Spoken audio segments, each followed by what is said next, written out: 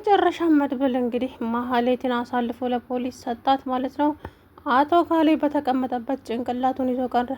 ለእኔም ነገ ጠዋት ይሄ ዕጣ ፈንታ ነው የሚደርሰኝ። ወይኔ ካሌብ፣ ወይኔ ካሌብ ሞሲሳ፣ እንደዚህ የመድብል እጅ ላይ ልውደቅ፣ በጣም አዝናለሁ እያለ ከነ ግብረ አበሮቹ እንግዲህ ራሱን ይዞ ቆሟል ማለት ነው። ማህሌት ታዲያ እባክህን መድብል፣ ሁለተኛ ወደዚህ ጥፋት አልገባም፣ ለአንዴና ለመጨረሻ ጊዜ ብቻ ልቀቀኝ። አዎ አሁን ወደ ጥሩ ነገር መጣሽ። ለአንዴና ለመጨረሻ ጊዜ አንቺም ከርቸሌ ትገቢያለሽ። እኔ አንቺን ገድዬ ነፍሰ ገዳይ መባል አልፈልግም። ስለዚህ ህግ የያዘው ነገር ጥሩ ነው። እስከ ዛሬ እየሰራሻቸው ወንጀል በሙሉ እዛ ሄደሽ ትጋፍጫለሽ። እኔ መድብል ከዚህ በኋላ ለአንቺ የሚራራ ምንም አይነት ሴት ነሽ ብዬ ብዙ ነገር ከጥፋትሽ እንድትማሪ አድርጊያለሁ። አንቺ ግን ታጥቦ ጭቃ ነሽ፣ ማትረቢ። ጭራሽ በምሳሌ መጣሽ። ምን አይነት ሴት ነሽ አንቺ? ትንሽ ቀንም ቢሆን እኮ ከብሩክ ጋር ጥሩ ጊዜ አሳልፈሻል። አንቺ ምን አይነት ነሽ? የተረገምሽ ማህሌት ሲል እንግዲህ በጣም ተናደደ። አቶ ካሌብም ታዲያ አሁን በጣም ተናዷል። መድብል አንድ ጊዜ እጄ ላይ ግባ እንጂ ምን እንደማደርግህ አታውቅም። እኔ ካሌብ ሞሲሳ ነኝ፣ እንደ ዝና አይደለሁም። ዝናን እንደፈለግ አሽከርክረዋል። እኔ ግን እንደሱ አይደለሁም። አቶ ካሌብ ሞሲሳ ጉራውን ተወውና ወደ ቁም ነገሩ እንግባ። አሁን እምልህን ታደርጋለህ። ከዛ በኋላ በሰላማዊ ህይወት እንኑር። እኔ ከአንተ ጋር ጭቅጭቅ አልፈልግም። ምን ነው አቶ መድብል ፈራህ እንዴ? እንዴ ተው እንጂ አቶ ዘሩባቤል፣ አንተማ ሰው የምትፈራ ሰው እኮ አይደለህም። ጀግንነትህን እያስመሰከርክ ነው። ሰውዬ ወዴት? እኔ ፈርቼ አላውቅም። አሁንም ዛሬም ነገም አልፈራም። ስለዚህ እያልኩ ያለሁት ከዚህ በኋላ ንትርኩ ይብቃንና ወደ ሰላም እንምጣ ነው ያልኩ። ያደረከኝን ነገር የራሳው መሰለህ እንዴ? አቶ ዘሩባቤል ስማ ካሌብ፣ እኔ ጋር ያለውን ነገር አትርሳ እንጂ አልረሳሁም። እና ጠበቃውን ልቀቀው። ለመጠበቃውን ለቆታል። እንግዲህ ምን እንደሆነ አላውቅም፣ ግን ደብሮት ብቻ ተመቷል፣ ደብድበውታል። ቢሆንም እነ ብሩክ እንግዲህ ስለ ሰርጋቸው ምናምን ሲሉ እሱ አንገቱን ደፍቶ ነበረ ማለት ነው። የሆነ ነገር እያሰበ ነው። ምን ብሎ እንደላከው አላውቅም። ታዲያ ማህሌት አቶ ካሌብ ያስጥለኛል ብላ መንታ ምላሷን መድብል ላይ ብትዘረጋም ለምን እንደው ደውዬ ድምፁን አላሰማሽም? ወይዘሮ ማህሌት እስኪ ምን አይነት መልስ እንደሚመልስልሽ አብረን የምናየው ይሆናል። እንደው ስታስቢው ይሄ ሰውዬ ለሰው የሚያዝን ሰው ይመስልሻል እንዴ? ብሎ እንግዲህ አቶ ካሌብ ጋር ደውሎ ማህሌት ጉዷን ሰማች ማለት ነው። ለምን አሰቅልሽም? ለምን አይዘለዝልሽም? እኔ ካሌብ ለአንቺ ለአንድ ተራ ሴት የምጨነቅ ይመስልሻል እንዴ? ስለዚህ የፈለገውን ነገር ያድርግሽ፣ አይመለከተኝም አላት። በጣም ተናደደች። ከዛ መድብል እንዲራራላት እኔ ምን አይነት ሴት ነኝ? በጣም ጨካኝ፣ አረመኔ፣ ክፉ ሴት ነኝ። እንደው ምሳሌ ላይ እንዴት እንደዚህ ተንኮል እሰራለሁ አለች እኮ እናንተ። እንዴት ተንኮል እሰራለሁ ምሳሌ ላይ? ሌላው ቢቀር ወይኔ ማህሌት እንደው ከጥፋትሽ ማትማሪ ያደል። እውነት የምናምና እንጀት ለመበላት ነው። እባክሽ መድብል፣ እባክህ አሳልፈ ለፖሊስ አትስጠኝ። ሁለተኛ እንደዚህ አይነት ነገር አልሰራም። እባክህ እውነት እኔ ከዚህ በኋላ አንቺን ማምንሽ ይመስልሻል እንዴ? እስከ ዛሬም አንቺ ትለወጫለሽ ብዬ አንቺን ማመኔ ነው ይሄ ሁሉ ነገር ያመጣው። ከዚህ በኋላ ግን ወይዘሮ ማህሌት መቼም ልራራልሽ አልችልም። መቼም ትሰሚያለሽ። አንቺ እኮ ቢያስተምርሽ የባለፈ ከዝና ጋር እዚህ የተሰቃየሽው ስቃይ ያስተምርሽ ነበር። አንቺ ግን ማትማሪ ነሽ። ጭራሽ ዝናን ታክቻለሁኝ፣ በዝና ቦታ እኔ ነኝ ንግስቷ እያልሽ ያዞ ይልቀቁን ትያለሽ አይደል? እና ታዲያ ያታለ ያ ሁሉ ፉከራ የታደረግሽው አላት። እባክህ መድብል እባክህ፣ ወይኔ ያለች እዛው ቁጭ ብላ ስትፍጨረጨር እንግዲህ ኤዱዬም ታዲያ መድብል ስለ ማህሌት የሰማሁ ነገር አለ እንዴ? አሁንም ስለ ማህሌት አሁን እኔ የምልሽ አሁንም እንደ በፊቱ በር ስር ቆመሽ ወሬ ታወሪ ይሆን እንዴ? ታዳምጪ ይሆን እንዴ? አረ እንደዛማ አትበል እንጂ መድብል፣ እኔ እንደዛ አላደርግም ካሁን በኋላ። አይ እኔ ከዚህ በኋላ ሰው አላምንም። ለማንኛውም አሁን ላይ ኤደን እዛ ቤት ውስጥ ስላለች በፍጹም መጥፎ ነገር አያወራም። መጥፎ ምክንያቱም አንድ ነገር ሲመጣ አስተምሯችሁ ነው የሚያልፈው እና መድብል ደግሞ ተምሮበታል። ስለዚህ ኤደን ፊት ምንም ነገር አያወራ።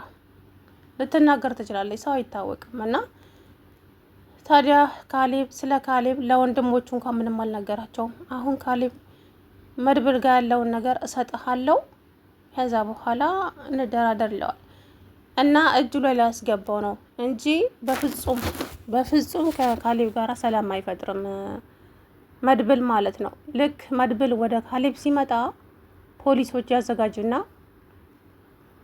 ያስይዘዋል ማለት ነው እንጂ ከዚህ ሰውዬ ጋር መቼም ሰላም ፈጥሮ የሚኖር አይመስለኝም። መድብል ግን ጀግንነቱም ሳላደንቅለት አላልፍም። እውነቱን ለመናገር መድብል ጀግና ነው የእውነት።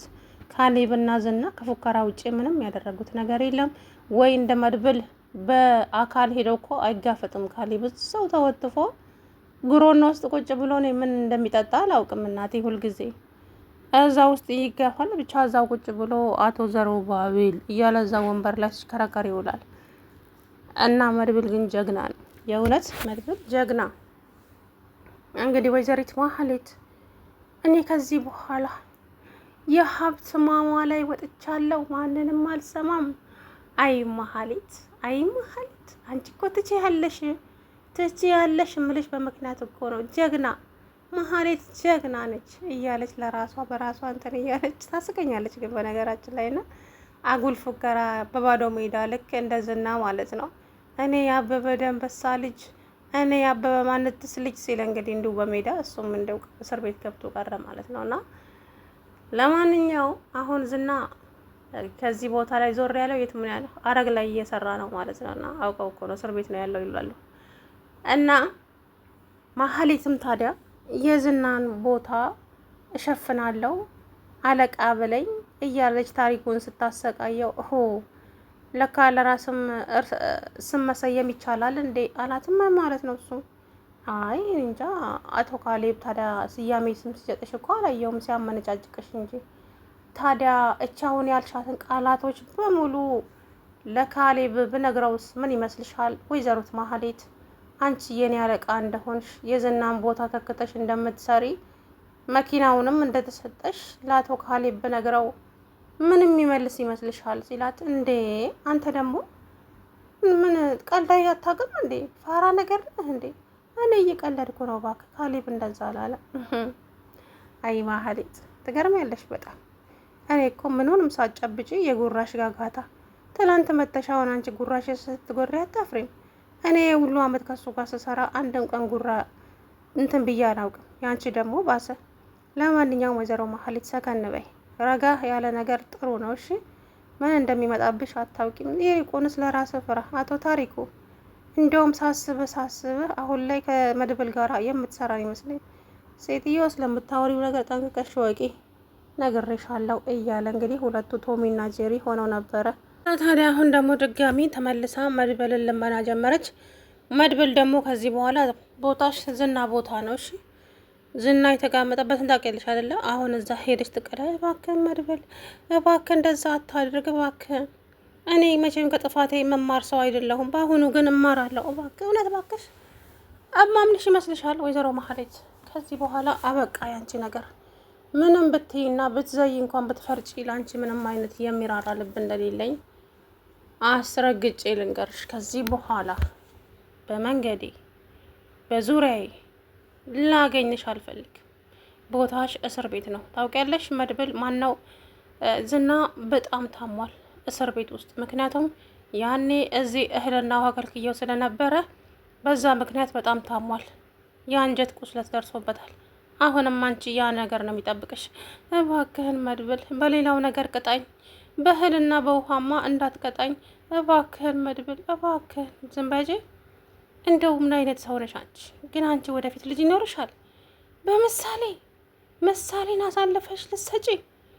አሁንማ አንዴ ካሌብ አይን ውስጥ ገብታለች። አይንሽ ይጥፋ፣ አይንሽን ያጥፋው ማህሌት። ጭራሽ አይን ውስጥ ገብታለች ያለሽ እንዴ አንቺ! እውነት ጨካኝ አረመኔ ነሽ ማህሌት። እኔ ግን የገረመችኝ ማህሌት ማለት ነው ኤፍራታ ያለቻት ነገር ሳስበው እውነት በጣም ነው ያስቀኝና ጎበዝ፣ የደሃ ኩሩ። ኤፍራታ ግን ጎበዝ ናት።